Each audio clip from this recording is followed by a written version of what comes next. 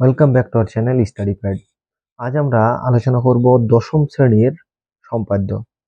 এই সম্পাদ্যের 21 নম্বর অধ্যায় অর্থাৎ মধ্য সমানুপাতি নির্ণয়।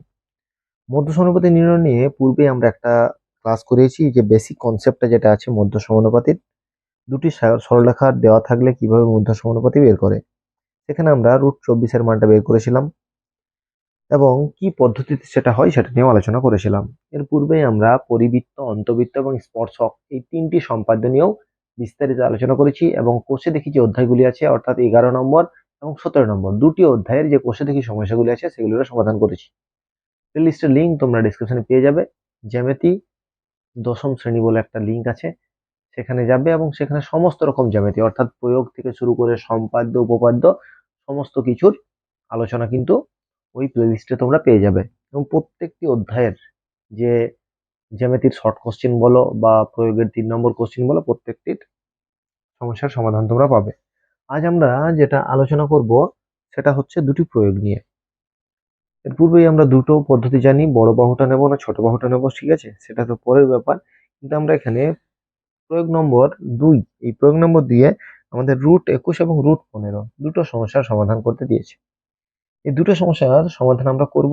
√15 তার মানে আমরা কিভাবে ভাঙবো, √15কে আমরা ভাঙতে পারি 5×3 বা 3×5 এবং √21 তার মানে হচ্ছে 3×7, 3×7=21। এইভাবে আমরা ভাঙার পর সেটাকে আমরা দুটি সরলরেখার মধ্যে কিভাবে মধ্য সমানুপাতি নির্ণয় করা হয় সেটা আমরা দেখব। তাহলে প্রথমে দেখো √15 এবং √21 দুটোই আমি লিখে নিয়েছি। তাহলে √15 মানে আমরা লিখব যে √15 = 5×3, ঠিক আছে। তাহলে দুটি সরলরেখা আমরা নেব, যার সরলরেখার কত মান হবে, একটা হবে 5 এবং একটা হবে 3, ঠিক আছে। তাহলে আমরা লিখতেও পারি, যদি আমরা লিখবো এ দুটি সরলরেখাংশ নিলাম যাদের দৈর্ঘ্য, এটা লিখে নিই যে দুটি সরল রেখাংশ নিলাম যাদের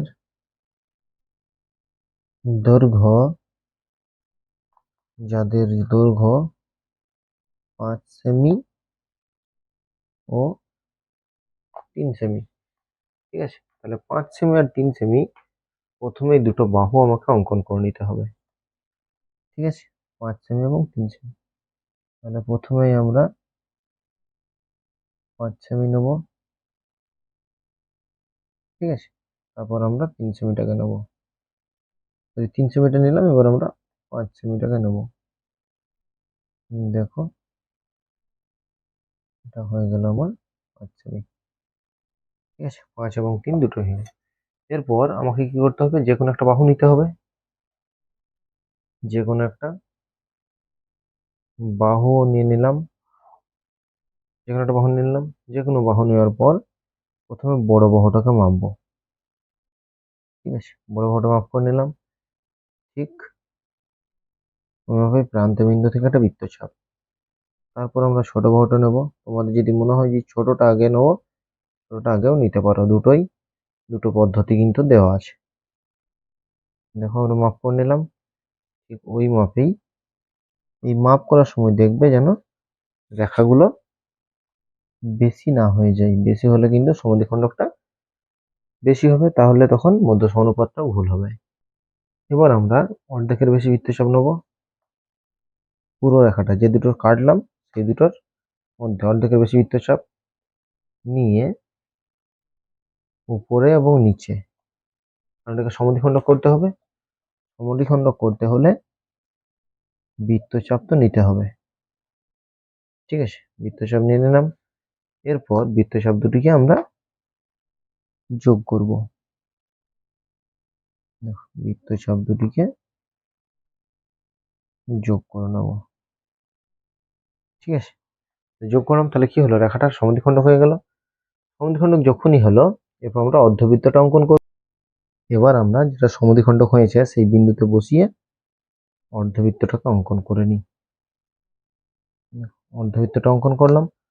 অর্ধবৃত্ত যেই অঙ্কন হলো, এরপর আমরা যে বিন্দুতে প্রথমে 5 সেমি কেটেছিলাম সেই বিন্দুতে একটা 90 ডিগ্রি কোণ অঙ্কন করব। 90 ডিগ্রি কোণ অঙ্কনের জন্য একটা বৃত্তচাপ নিলাম।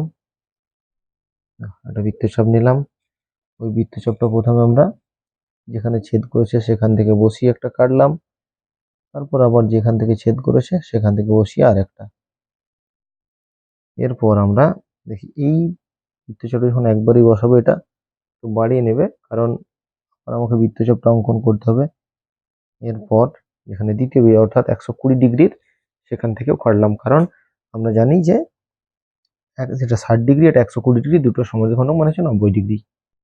এরপর আমরা দেখো দুটি বিন্দুকে, অর্থাৎ এই যে বিন্দুটা হচ্ছে 5 সেমি এবং যেটা লম্ব আমরা 90 ডিগ্রি অঙ্কন করেছি সেটাকে যোগ করলাম। এই যে যোগ করলাম এর ফলে দেখো 90 ডিগ্রি যে কোণটা অঙ্কন করলাম এখানে যে লম্বটা সেখানে অর্ধবৃত্তকে ছেদ করেছে। অর্ধবৃত্তকে যে বিন্দুতে ছেদ করেছে সেটা আমরা এবার পরিমাপ করব। দেখো কত হচ্ছে 3.9। ঠিক আছে, তাহলে এগুলোর এবার নাম আমরা দিই।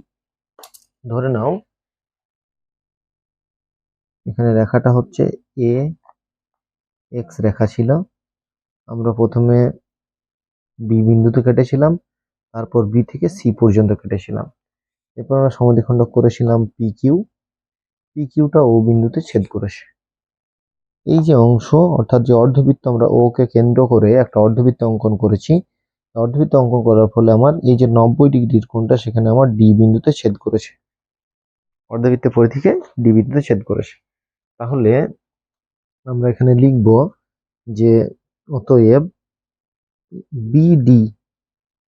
বিডি সমান হচ্ছে 3.9 সেন্টিমিটার। 3.9 সেন্টিমিটার। এরপর আমাকে কি বার করতে বলেছিল? √15 মান। তাহলে আমরা লিখব যে √15 ইকুয়াল টু 3.9। এখানে কিন্তু অ্যাপ্রক্স, প্রায়,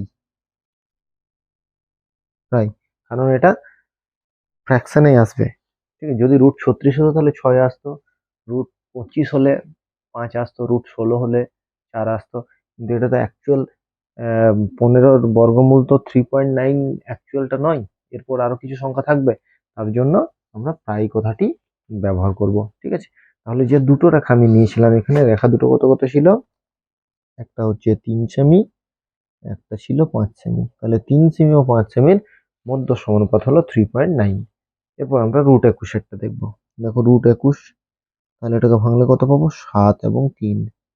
ঠিক আছে, তাহলে 7 এবং 3 যদি পাই আমরা এটাকে 7 সেমি এবং 3 সেমি ধরে নিই। 7 সেমি এবং 3 সেমি প্রথমে ধরে নিই। বেশ, তাহলে 3 সেমি একটা রেখা অঙ্কন করি,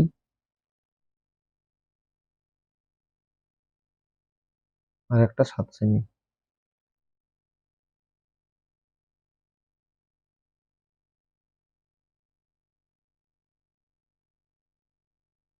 ঠিক আছে, 3 এবং 7, এটা হচ্ছে 3 সেমি এবং এটা হচ্ছে 7 সেমি। ঠিক আছে, এরপর একই নিয়ম, তাহলে যে কোনো একটা বাহু আমরা প্রথমে টেনে নেব। যে কোনো বাহু অঙ্কন করে নিলাম, রেখাংশ অঙ্কন করলাম। এরপর বড়টা, আগেটা বড় দিয়ে করলাম, এবার ছোট দিয়ে করি। দুটোতে দুটো পদ্ধতি আমরা ইউজ করি। ঠিক আছে, দেখো 3 সেমি, তাহলে প্রথমেই প্রান্ত বিন্দুতে বসিয়ে 3 সেমি কাটলাম। এরপর হচ্ছে 7 সেমি, এরপর 7 সেমি। ঠিক আছে, এনে অঙ্কন করছি, তারপর তার জন্য কালিগুলো যখন পড়ছে তখন কিন্তু একটু এদিক ওদিক হয়ে যাচ্ছে। ঠিক আছে, তাই তোমরা কিন্তু পেন্সিলেই করবে, এবং পরীক্ষার ক্ষেত্রে তো পেন্সিলে করতেই হবে, পেনে করাই যাবে না। তাহলে 7 সেমিটা মেপে নি, দেখো এখানে দিলেই কালি পড়ে যাচ্ছে।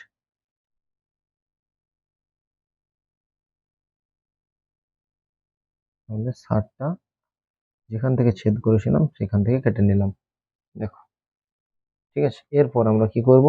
অর্ধেকের বেশি বৃত্তচাপ নিয়ে, অর্ধেকের বেশি বৃত্তচাপ নেবো, সমদ্বিখণ্ডক অর্ধেকের বেশি নেওয়া আছে,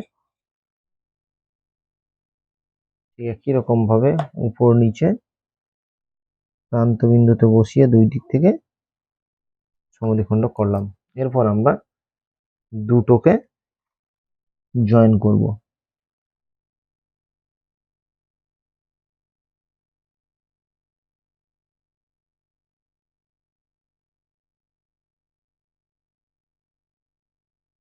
ঠিক আছে, সমদ্বিখণ্ডক করে নিলাম।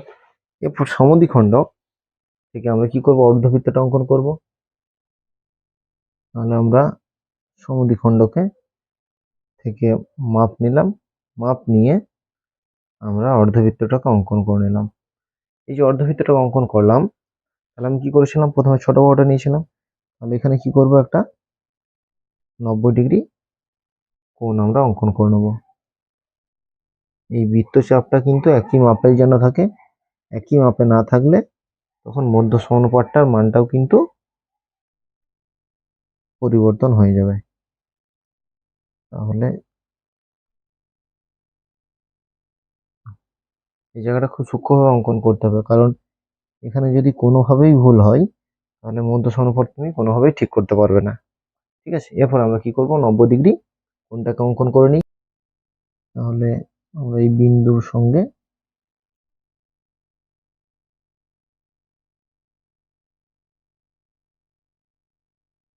বিন্দুটাকে